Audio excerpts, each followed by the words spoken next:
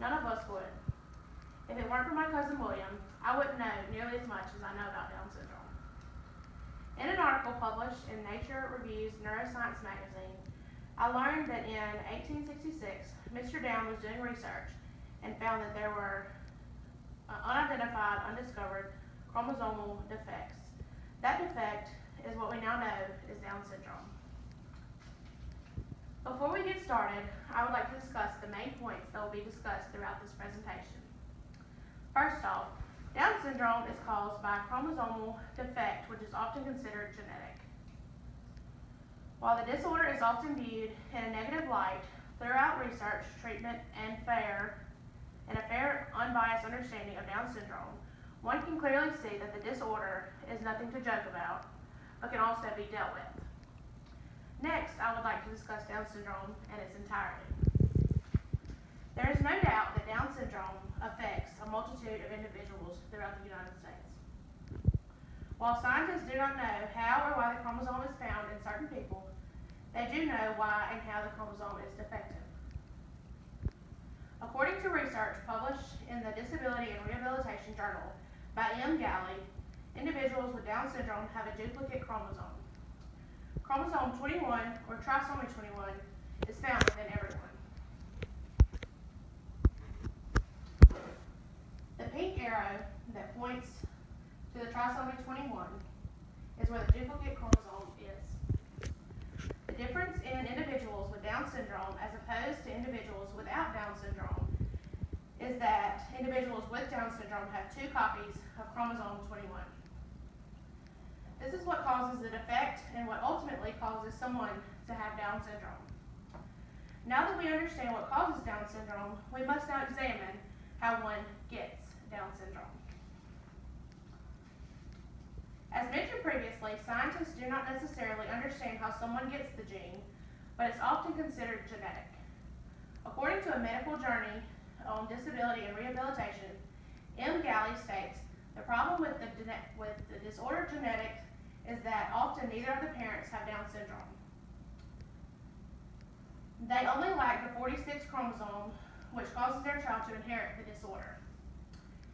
There is a substantial amount of debate amongst the topic within the medical community.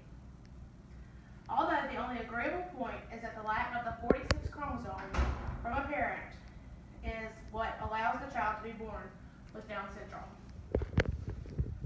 While all of this information may seem quite statistical, I would like to discuss what you know about Down syndrome. Oftentimes we see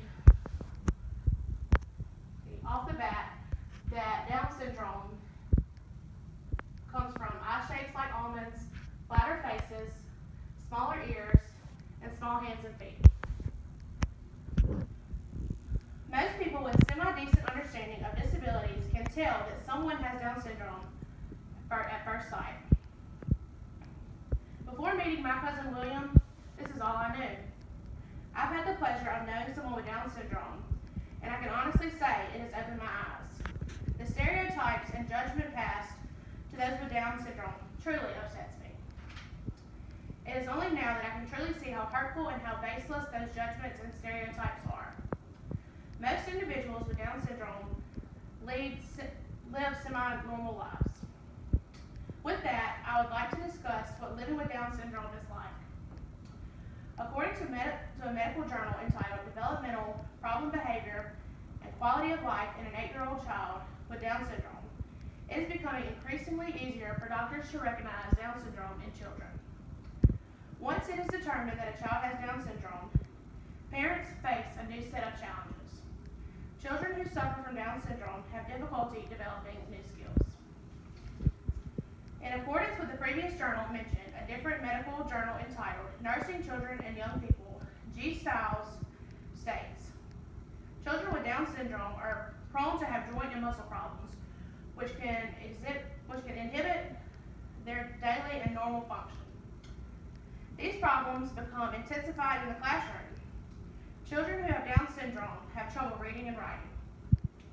Their motor skills are not as developed as those without Down syndrome, so they tend to fall behind. Therefore, it is common for children with Down syndrome to be placed in schools that focus specifically on children with motor and developmental skills issues. While it is clear that children with Down syndrome face difficulties, adults with Down syndrome face difficulties as well. While motor skills are lacking in children, that tends to be true in adults with Down syndrome as well. Someone who is 21 with Down syndrome really only ever has the mind and mentality of an 8-year-old. While most often the case, there are some exceptions and the motor skills do develop more.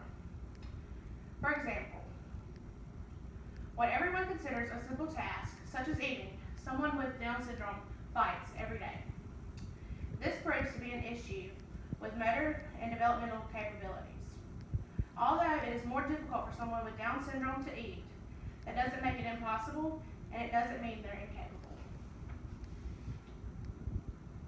I chose to look at it in a way that portrays someone with Down syndrome to be stronger. We all have to eat, but it's harder for someone with Down syndrome, yet they do it anyway. Lastly, I would like to conclude my speech by reviewing my main points of discussion. In conclusion, Down syndrome can be a daily battle. People who have it often struggle with normal day-to-day functions. However, it is through their perseverance and will to complete the task they are successful. While Down syndrome changes the lives of many, children with Down syndrome can typically function in a well-controlled, suitable environment, as well as adults with Down syndrome who participate in a function in society despite lacking developed motor skills. My cousin William once told me, "I okay, Brooke." His simple yet reassuring words have stuck with me. While we often have people view Down syndrome as unable, William reminds me that he's okay.